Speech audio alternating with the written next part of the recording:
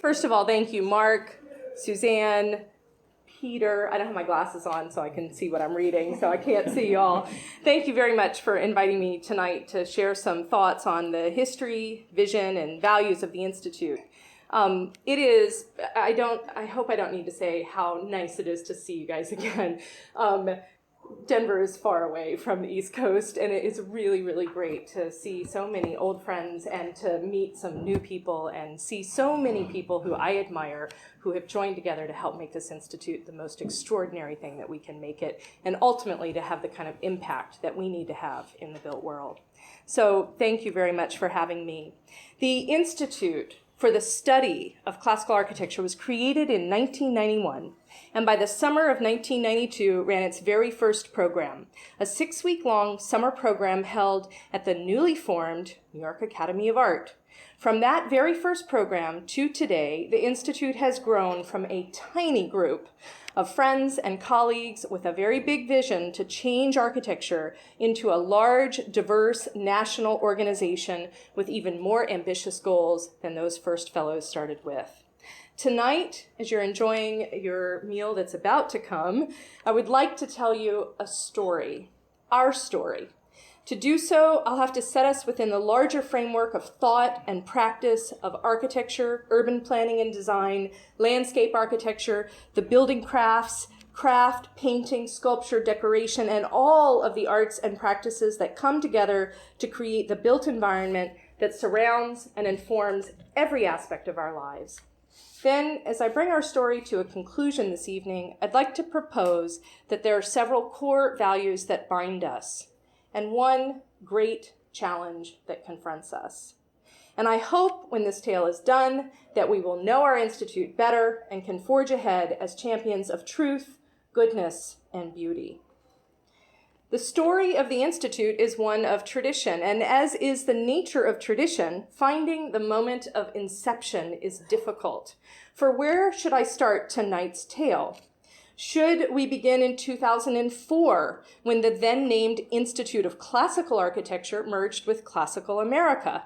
Or should we begin in 1992 with the very first summer program? Or should we begin in 1971 with the founding of Classical America? Or should we start in 1959 with Henry Hope Reed's publication of The Golden City?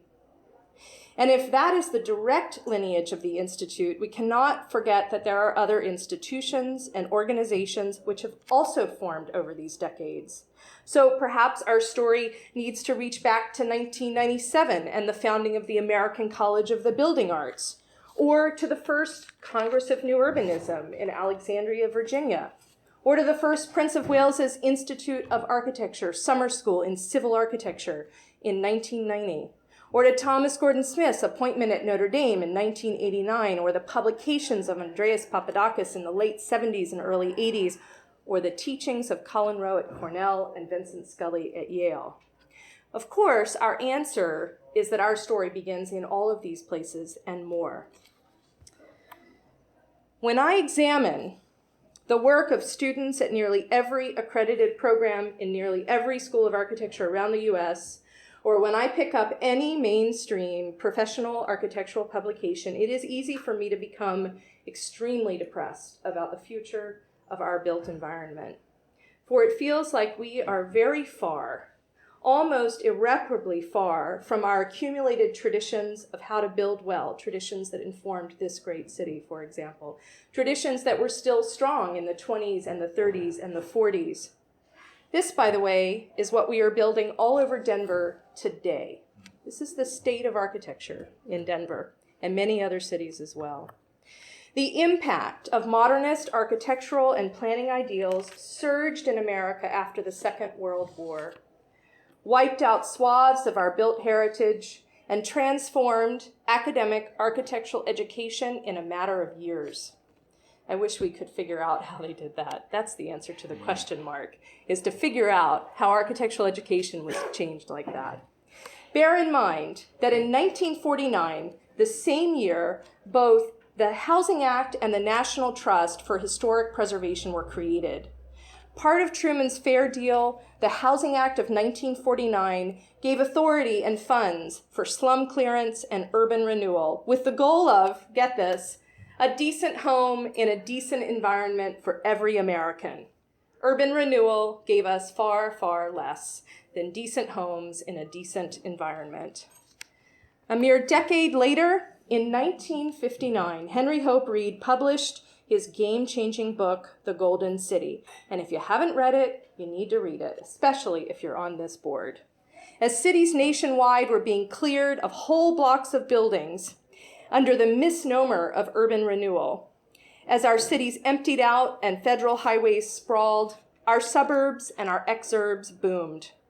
Only 2 years after Henry's clarion call, Jane Jacobs put forth her still essential book on the death and life of great American cities. Of the urban renewal projects of the 1950s and 60s, Jane Jacobs said, "This is not the rebuilding of cities, this is the sacking of cities." If the death and life of great American cities could be said to be a touchstone for what is today's new urbanism, one could also say that the Golden City is equally so for some of today's classical architects and artists. And yet, despite these two prescient books, the design and planning professions continued to sack our cities throughout the 60s and the 70s. Entire blocks, for example, of Denver, of this city, and so many others were torn down and left as surface parking. And in 1964, the Great Penn Station was demolished. These years of the 50s and 60s are arguably the nadir of American city planning and architecture. Though perhaps it is only by having lost so much that we came to value what we lost. By the mid-1960s, Colin Rowe was teaching at Cornell. The National Trust for Historic Preservation Act was funded. And in 1971, Classical America was founded by Henry Hope Reed, Jonathan Barrington Bailey, and Pierce Rice as a society to promote the classical tradition in the arts of the United States. Among the very first things that Classical America did was to publish a journal and reprint out-of-print books. In the same year that Classical America was founded, they reprinted The Golden City, William Ware's The American Vignola, and published the first volume of their journal, Classical America. 1972 saw the publication of Classical America's second issue. I have everything except number 3, I think. I have 1, 2, and 4. Here, in the origins of Classical America is the very direct founding and lineage of our institute. But the modern classical movement has its roots in other places, diverse places, namely in the rise of postmodernism and the opening up of the past which followed. In the same year that Classical America published its second journal, so 1972, Robert Venturi, Denise Scott Brown, and Stephen Eisenhower published Learning from Las Vegas. You see the diversity of what's happening here in the 70s as this idea of the past begins to come forward. They are urging in their book, they're urging architects to consider the taste and values of common American culture rather than only heroic architectural statements. In the space of a mere 2 years, from 1972 to 74, the Getty Museum in California is built. The addition to the Frick Museum is designed by Jonathan Barrington Bailey. Alan Greenberg's office opens in New Haven. Clem Labine publishes his first Old House Journal out of the basement of his brownstone in Brooklyn. And Andreas and Liz matriculate and graduate from Yale, where they studied with Vince Scully and Alan Greenberg, among others. So looking at these years, what seemed terribly hopeless in 1964 as the dust settled around Penn Station's fallen walls was already looking more hopeful by the mid-1970s. The key to that hope was history, although this history was seen through very different lenses for very different people. For some, exhibits like MoMA's 1975 exhibit, The Architecture of the École des Beaux-Arts, opened up the past to rigorous inquiry.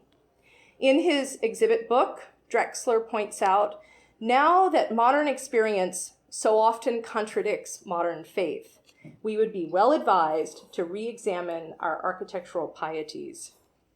And indeed, many young architects like Alvin Holm and John Blatteau did re-examine their modernist education and began exploring the canonic classical languages of form and composition. For others, like artist David Laguerre, who painted an early version of his Penelope in 1980, the classical opened up a previously forbidden repository of knowledge. He described that, quote, because classicism had essentially been banished from the art world, it seemed tantalizingly wrong to pursue. My theory is this is why Alan Greenberg started pursuing classical architecture, because he wanted to do something different, although he would argue otherwise. For David, this was, quote, a new archaeology. For others, the window that opened to the past was one of ironic detachment. In the same year that this painting is painting, in 1980, Charles Jenks summarizes this postmodern attitude clearly in his essay for the Venice Biennale entitled The Presence of the Past, when he says, quote, postmodern classicism, the new synthesis which now unites practitioners around the world, as the international style did in the 20s, is an identifiable style and philosophical approach, gathering fragments from contextualism, eclecticism, semiotics, and particular architectural traditions into its hybrid ideology. For others, the past opened up a whole body of solutions to modern ills, as it did for Andreas, Liz, and Robert Davis as 1981 arrived and Seaside began. So here I would say you see the three predominant strains in today's renaissance of classical and traditional architecture and urbanism. For the sake of the argument, I would define them as canonic formal classicism, inventive traditionalism, and traditional urban design. The shift that was occurring in art, architectural, and urban design in the late 70s and early 80s, this opening up of and re-engagement with the past for use in the present, it was also occurring in decoration and interior design. Although one might say that traditional methods and aesthetics never lost influence in decoration as they had in architecture and urban design. For example, many of today's best decorators, like one of our early and current trustees, Bunny Williams, worked with the great decorating firm of Parrish Hadley. And some of today's most accomplished classical architects, like Richard Sammons and the partners at Ferguson Shamamian, they also worked for the great decorative and interior design firms. Early in his career, Richard Sammons worked in the office of David Easton, who was himself also an alumnus of Parrish Hadley, where Mark and Oscar had also honed their traditional design skills.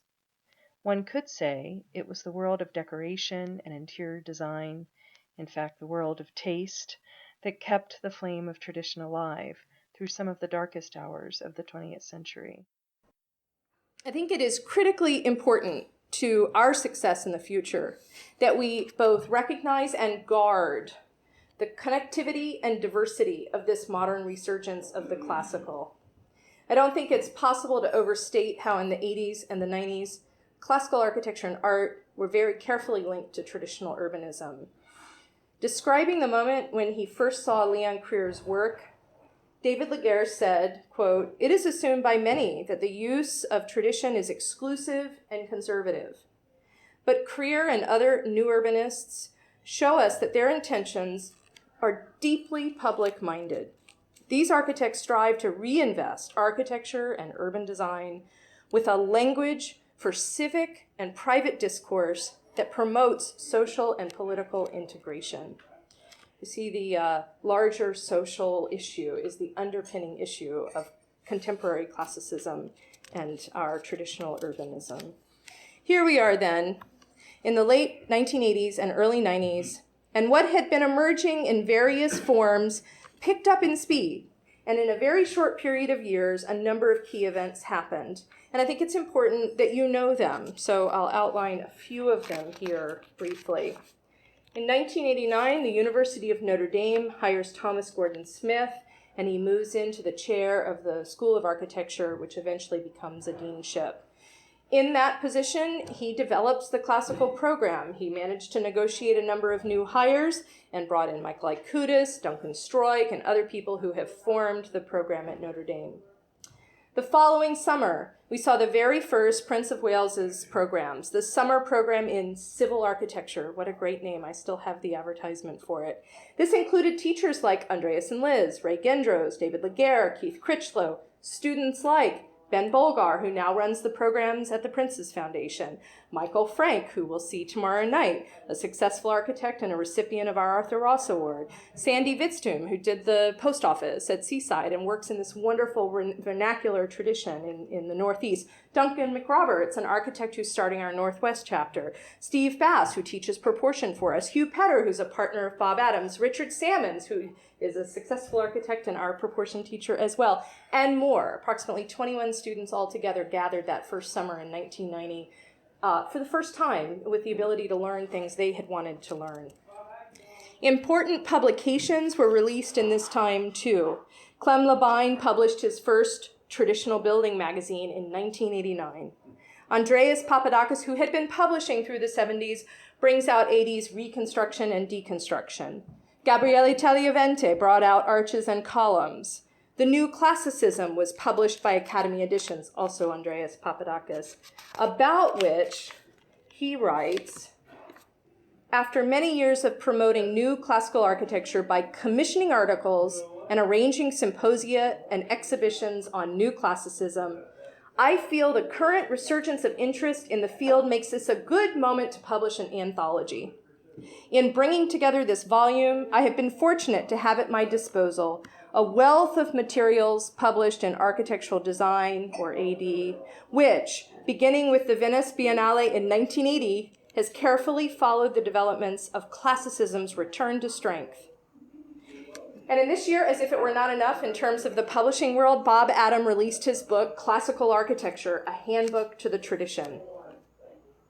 Likewise, from publications to exhibits, there are several very important ones over a short period of years in the early 1990s, including a Vision of Europe conference at the University of Bologna organized by Gabriele Tagliavente, the Emerging Classical Architects Conference of the Classical Architecture League. How many of you even knew there was a Classical Architecture League? But Michael Ikoudis knows that there was one because Stephen Chrisman, Michael Ikoudis, and Thomas Noble were the organizers of that exhibit. And in 1993, perhaps one of the most important conferences of all is held, the first Congress of New Urbanism in Alexandria, Virginia, with about 100 invited attendees. So where's the Institute in all of this? Several of our early founders had, at that point, by 1990, made their way to New York, mainly Richard Cameron, Donald Ratner, Richard Salmons, and Ann Fairfax. Early on, this group and others like Gary Brewer and Marty Brandwein and Steve Sims had connected with Classical America and the work of teachers like Alvin Holm, who taught the classical orders at the National Academy of Design. By this time, Classical America was about 20 years old. Richard Salmons was freshly back from studying on the first Prince of Wales's summer school in 1990. And they decided, this small group decided to move ahead with the creation of a more in-depth program than what Classical America was offering at the time.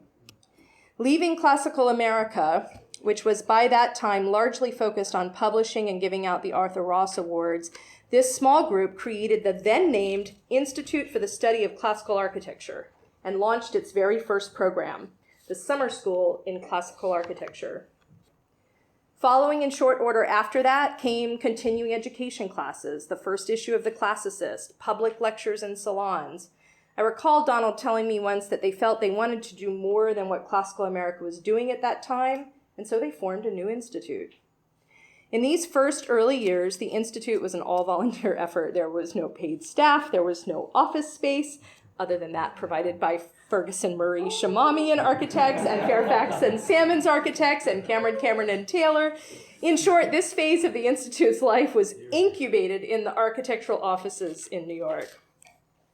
The signature programs that we offer today all begin in these early years. The summer program, our continuing education, our travel programs, our conferences, and the Classicists, which Bob Stern called the most important thing the Institute does. As stories go, people come and go. And in these first few years, Richard Sammons and Anne Fairfax had a parting of the ways with Donald Ratner and Richard Cameron. And when I came to New York to be our first executive director in 1997, these two groups were not speaking to each other. Thomas Gordon Smith told me if I could heal this rift, I would have accomplished a great act of peace. And indeed, Anne Fairfax and I, two women from Virginia, set about slowly working to bring Classical America and the Institute back together. But I'm getting a little ahead of myself on our story. In these first 5 years, the Institute for the Study of Classical Architecture almost ran out of steam. Summer programs were run each summer, the Classicist was published every year, a conference was held every year, lectures and salons were held, all without any serious organized board, all without any serious fundraising effort, and it exhausted our early volunteers. Truly, it is a miracle that we are where we are today. And if we would not be here, we would not be here without the collective work of our boards, our staff, our fellows, and all of the members of the Institute. Towards the end of those first 5 years, in 1997, Don and Gabby Ratner approached me and asked if I would be interested in coming to New York to be the Institute's first executive director. I had just come off of running the Prince of Wales's 2 American summer school programs, and I was pretty excited, although New York is not generally in the sights of a Virginian. In that first year that I was in New York, we went on to add our very first travel program, the Rome Drawing Tour, which had long been a dream of Richard Cameron's. And most importantly, our board started to mature and really took ownership of the organization. It was a rough and tumble few years, which saw the departure of Donald and Gabby Ratner over disagreements about leadership, the reintegration of Richard Sammons and Anne Fairfax, the change of our name from Institute for the Study of Classical Architecture to the more affirmative Institute of Classical Architecture, the celebration of the ICAA's 10th anniversary, and eventually in 2004, the change of our name yet again to the Institute of Classical Architecture and Classical America, reflecting the re-merging of Classical America and the Institute. So although these years of the late 90s and early 2000s saw the creation of important new programs, like our AIBD program, which reached out to hundreds of home builders throughout the Southeast, it's really the development of the board, membership, and chapters which is most important from this phase of the Institute. If the earliest years of the Institute were based in New York, it was when we merged with Classical America, adding Alvin Holm and Arthur Ross to our board, that we began to expand outward to America again. Merging with Classical America, which had several chapters, including the Philadelphia chapter, meant that we had to examine just what it meant to be a chapter and how we could develop a strong structure for future chapter development. Hand in hand with this, with the discussion of chapters, our AIBD program was reaching people in Florida, North Carolina, South Carolina, Louisiana, and more. And there was tremendous pressure on us to figure out how to expand the Institute. The demand for classes that weren't in New York was ever heard, constantly a call of people outside of New York. So working together with Bill Harrison, Alvin Holm, Mark Appleton, and me, our small ad hoc committee on chapter formation made a template for growth through chapters. This, along with the membership structure that we developed just prior to developing chapters, were two of the most important infrastructural developments we made for the Institute. By the mid-2000s, the state of the Institute was very strong. We hired our first president, Paul Gunther, appointed our first full-time director of education, Victor Dupy, added our cast collections, developed our offices, grew our board nationally, and so much more, including bringing the Grand Central Academy of Art under Anne Fax's chairmanship of our board into the same building with the Institute. During this time, we really honed what the Institute does, and it is embedded in the mission statement that comes out of that time. We wrote it at our first board retreat, and that mission, as written in 2003, has changed a little bit over the years, is that we are the leading national nonprofit organization dedicated to advancing the practice and appreciation of the classical tradition in architecture, urbanism, and the allied arts. We fulfill that mission through 4 program areas: education, publications, awards, and advocacy. This vision is both clear and flexible.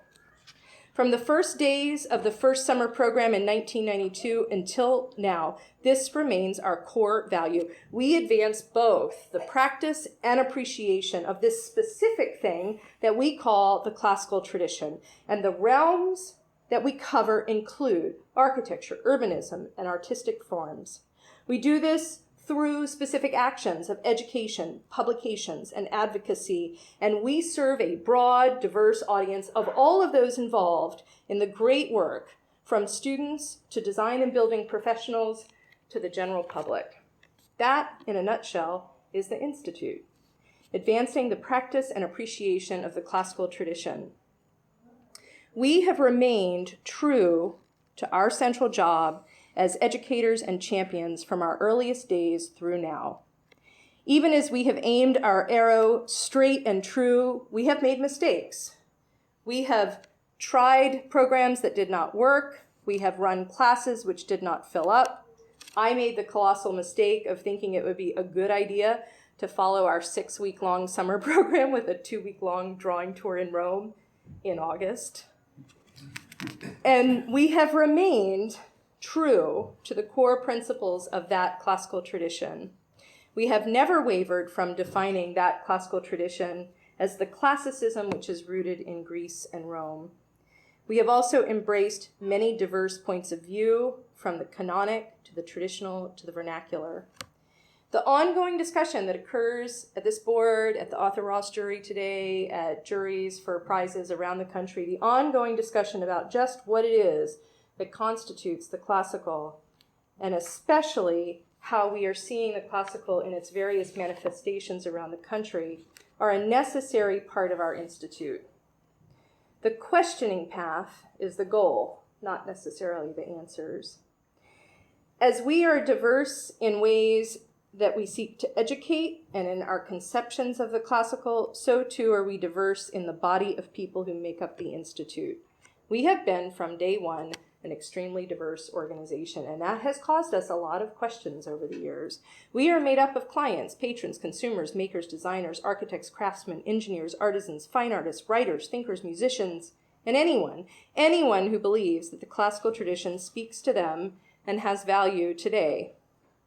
These things are the core values that unite us across disciplines and across aesthetic differences.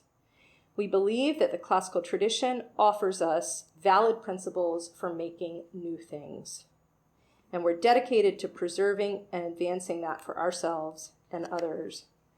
So our story, or at least my version of our story of the Institute, and some suggestions on the core principles that bind us, is now told. And the last point that I wish to make is one of challenges. I've told this story before, and those of you that know it, forgive me. In 2001, I gave my very first talk on the state of contemporary, traditional, and classical architecture at the Seaside Institute at our Classical Visions conference that Leonard Porter and Robert Orr and I worked with you and Marcia to do, and Phyllis Bleiweiss. I wanted to show only built work in that lecture. I didn't want to show paper architecture. It was almost impossible, even in 2001, for me to find enough built work across a range of building types and a range of styles to show that I struggled to fill 45 minutes with new work. I have the opposite problem now. If I give a talk about contemporary classicism, it is one of editing that you can't even begin. You might as well just put your finger out and blindly pick projects because there's so much new work being done. The quality and quantity of new work in the classical tradition that's being done today is unprecedented, at least unprecedented in the last 70 years. We're making tremendous strides in education at Notre Dame, at the University of Colorado, Denver, at Judson University, at SCAD, at the American College of the Building Arts, with the formation of Intibel, with the advancement of the Princess Foundation, and so many individual efforts like Betty Dowling at Georgia Tech, or Jean-Francois's work for many years at Syracuse. And yet, even with the quantity and quality of work, even with the increase in architectural education, modern classicism is still seen as some kind of strange, aberrant occurrence, mere pastiche, not real architecture, just houses for rich people, etc., etc., etc. At this time, when we have never been stronger in our network, never had more prizes, or prominence, never had as much new good work as is being built today. At this time, when modern classicism is at its height, we are statistically insignificant. In this modern time, when classical and traditional architecture and urbanism are at their best, is when we need them the most, for we are yet again ruining our cities. I am horrified, truly horrified by the cities that we are building for ourselves right now in Charlotte, Phoenix, Denver, Portland, Houston, and more. Box after box after box of stick-framed multifamily housing is going up so quickly all over the country, it is changing the face of urban America, as much as the suburbs changed the face of rural and suburban America in the past. And we are not making a difference. So in my mind, this is the challenge we face: impact. We should never become a society of aficionados turning our backs on the necessity for education and change in the real built world. We must occupy both the high, rare realms of great art and the common, low realms of the real world. And so the challenge I leave us with now is, how can we have greater impact than what we are currently having? Our patron saint, so to say, is Diana, the huntress. Her arrow is aimed straight toward the future we are making, and we must make it a future that is true, good, and beautiful for everyone. Thank you very much.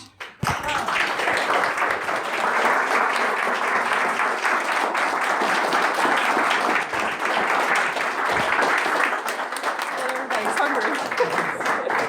I think I speak for everyone. That was a really beautiful talk. Oh, Beautiful. sorry. Thank you.